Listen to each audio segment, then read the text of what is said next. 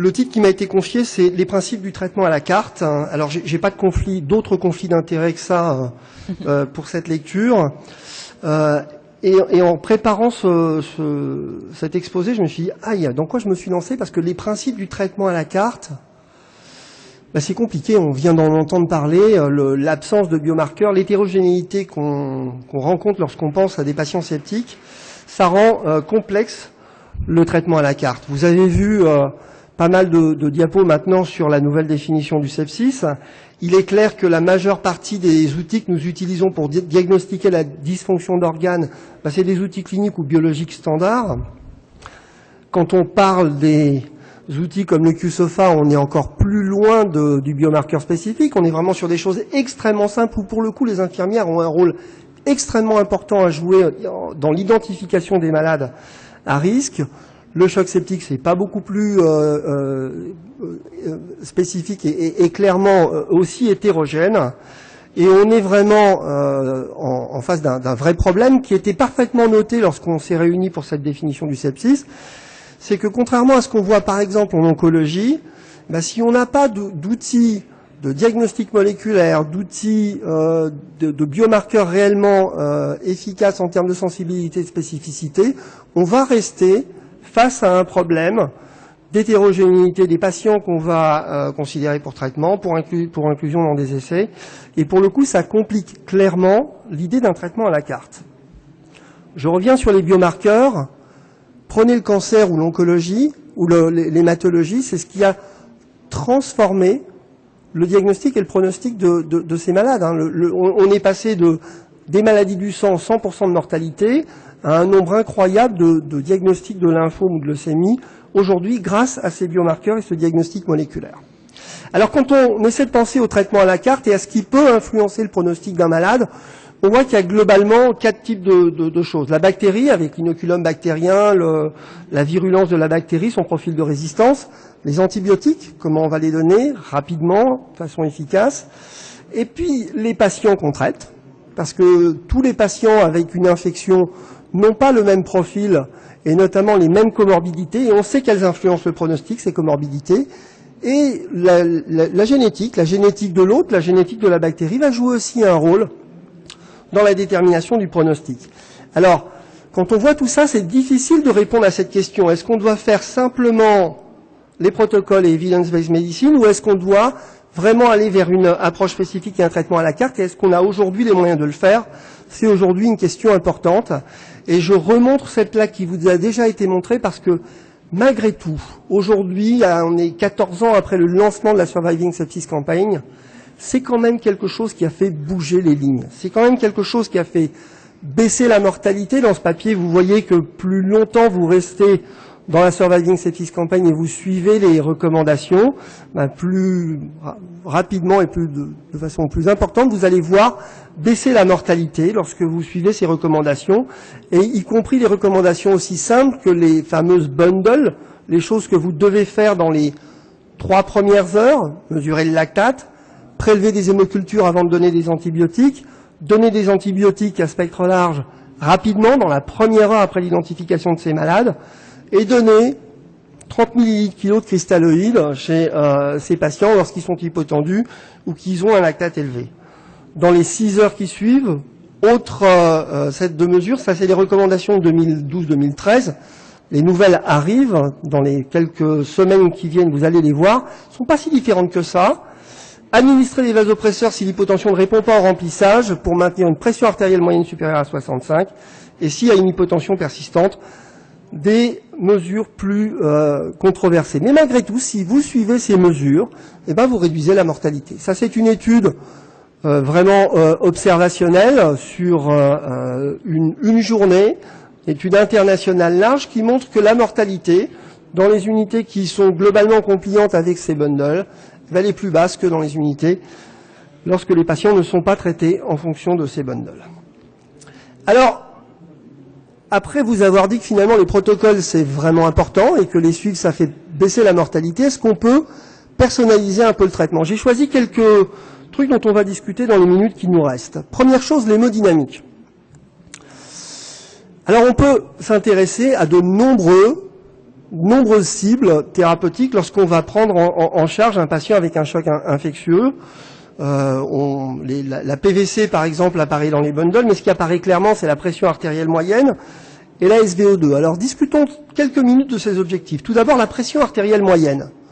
Cette valeur de 65 mm de mercure qui était retenue, elle est globalement liée au fait que dans cette étude rétrospective, faite sur des données colligées chez des patients qui étaient traités dans un service avec une informatisation des données, l'air sous la courbe, le temps passé avec une pression artérielle moyenne à moins de 65 mm de mercure, était globalement prédictif de la mortalité à 30 jours. Plus le temps passé avec une PAM à moins de 65 était important, plus la mortalité était élevée, et il y a un certain nombre de gens qui se sont demandé si on ne devait pas cibler finalement une PAM un peu plus élevée. Est-ce qu'on peut penser à personnaliser le traitement en matière de cible de PAM?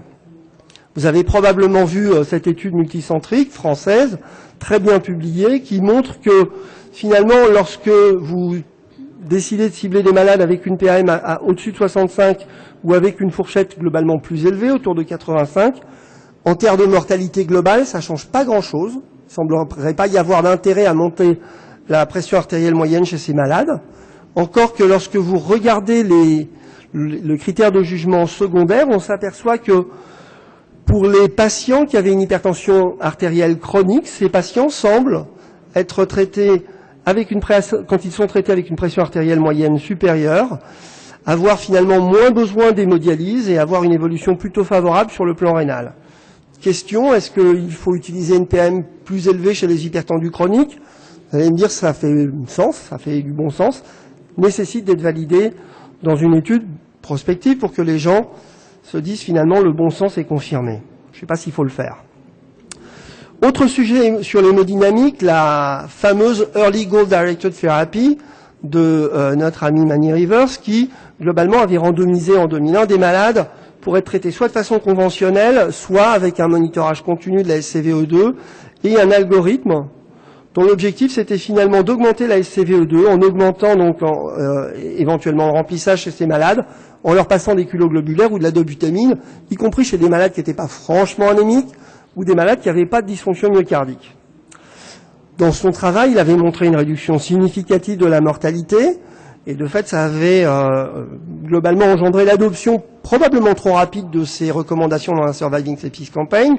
Plusieurs études monocentriques avec réduction de mortalité, mais avec des problèmes méthodologiques, et en même temps une adoption relativement lente, et la nécessité de faire d'autres études, pour le coup multicentriques. Ces études, on les a vues maintenant, études américaines, 3 groupes, aucune différence en termes de mortalité, études australiennes, 2 groupes simplement, là aussi aucune différence en termes de mortalité, études anglaises, les 2 courbes de mortalité sont exactement superposables. Qu'est-ce que ça veut dire? Ce qui compte le plus, c'est que lorsqu'on identifie rapidement ces malades, lorsqu'on les remplit au départ, on leur donne un peu de cristalloïdes, des vasopresseurs, et lorsqu'on leur donne des antibiotiques, il ne semble pas qu'un algorithme visant à perfuser des globules rouges ou de la dobutamine à des patients pour augmenter la SCVO2 fasse du sens.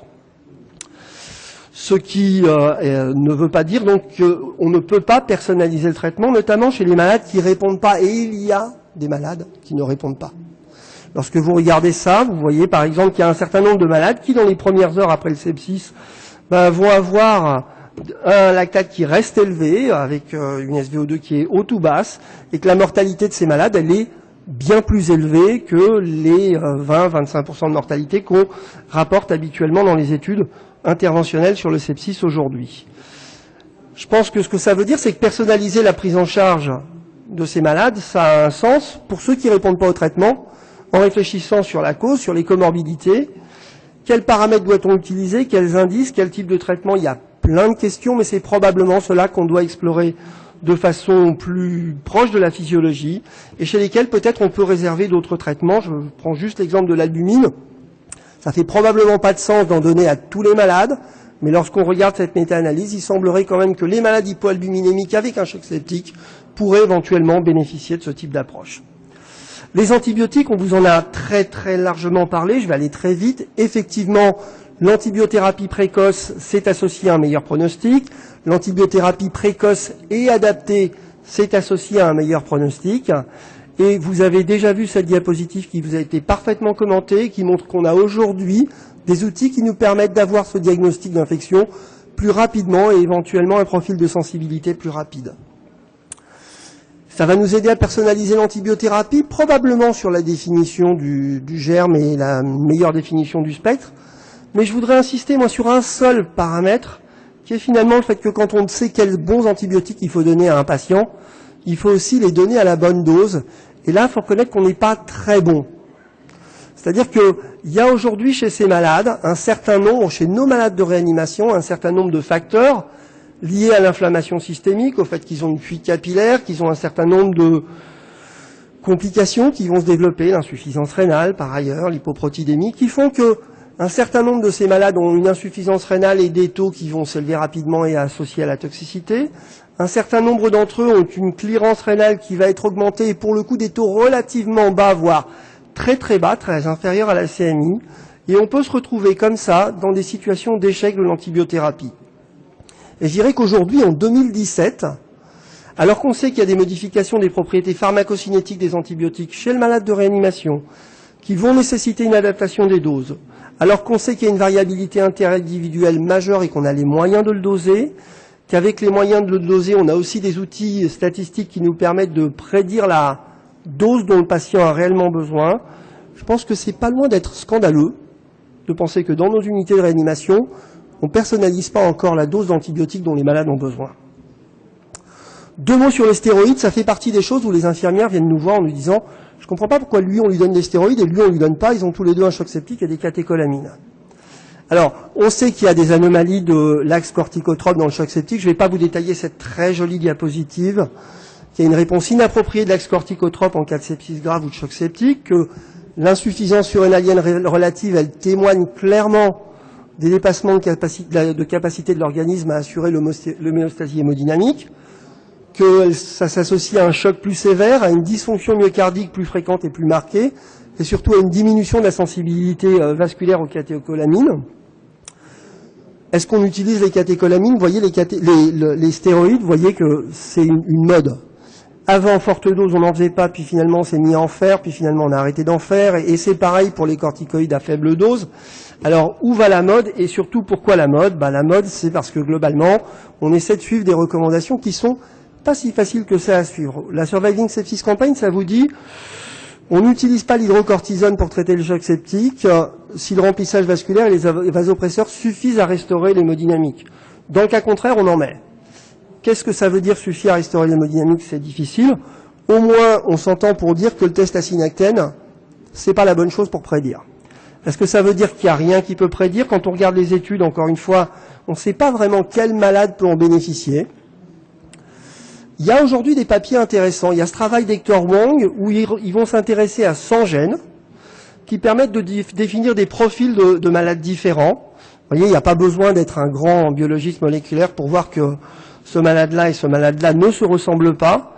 Et ils ne se ressemblent pas non plus dans le pronostic. Quand on voit les malades qui ont la sous-catégorie A, là, ils ont une mortalité qui est plus élevée, autour de 42% versus 23% pour les autres. Ces malades-là ont aussi un profil de réponse différent à la corticothérapie. C'est un papier qui est fait chez l'enfant, qui demande à être bien évidemment confirmé chez l'adulte, mais c'est quand même une piste très intéressante pour dire que ce type d'outil nous permet d'avancer dans la précision diagnostique. Je voudrais terminer par l'immunomodulation. C'est aussi quelque chose après quoi on court depuis très très longtemps. Et on a, avec les mêmes outils de biologie moléculaire aujourd'hui qui nous permettent par exemple de mesurer l'expression des gènes, ça coûte beaucoup moins cher qu'avant, ça va beaucoup plus vite qu'avant, on peut identifier des clusters de gènes qui sont associés à une évolution favorable en vert ou une évolution avec des complications en rouge, la complication pouvant être la mortalité ou autre. C'est vrai dans le sepsis, c'est vrai dans les pneumonies, dans les maladies, on peut identifier des clusters avec simplement 7 gènes qui vous permettent de classer les malades comme des malades qui vont évoluer favorablement ou des malades qui vont présenter une évolution défavorable avec parfois un décès précoce lié à une hyperinflammation ou un décès tardif lié à la persistance de cette hyperinflammation, et avec parfois des patients qui évoluent vers un profil d'immunosuppression post-infectieuse, avec une immunosuppression qui va être associée à la survenue d'infections nosocomiales. C'est ce qui explique parfois que vous voyez des malades qui n'ont pas de déficit immunitaire connu et qui vont développer les infections d'immunodéprimés alors qu'ils étaient venus au départ pour une péritonite. On connaît bien maintenant les marqueurs de cette immunosuppression post-infectieuse. Certains sont pas très compliqués à diagnostiquer en pratique clinique, la lymphopénie ou les indices de réactivation virale. C'est pas compliqué, je dirais même qu'HLA-DR sur les monocytes, c'est pas très compliqué. On sait comment ça corrèle à la mortalité, aux infections secondaires. Et aujourd'hui, ça peut nous permettre d'identifier un groupe de malades qui pourraient recevoir des traitements immunomodulateurs, cette fois-ci pour booster leur immunologie. Il y a plein de molécules qui peuvent avoir un intérêt. Ne retenez pas cette diapositive, c'est juste pour vous montrer que avec ces outils de diagnostic moléculaire, aujourd'hui, on peut éventuellement identifier des malades chez lesquels on peut restaurer une immunité qui est associée avec un meilleur pronostic. Je n'ai pas le temps de vous parler de pharmacogénomique, c'est passionnant, c'est aussi quelque chose qui peut aller vers un traitement à la carte. L'application aujourd'hui des recommandations à la phase aiguë du sepsis, ça permet d'améliorer la prise en charge, et je crois que c'est notre travail à tous, que pour proposer une stratégie réellement personnalisée, il faudrait disposer de biomarqueurs. Vous avez entendu, je crois, le 3e topo qui répète à peu près la même chose là-dessus, mais qu'on peut déjà faire des petites choses sur la prise en charge hémodynamique, sur le traitement anti-infectieux, j'insiste encore une fois sur le dosage des antibiotiques, très rapidement peut-être aussi sur l'immunomodulation, et d'ores et déjà aussi sur la ventilation mécanique. Merci beaucoup pour votre attention.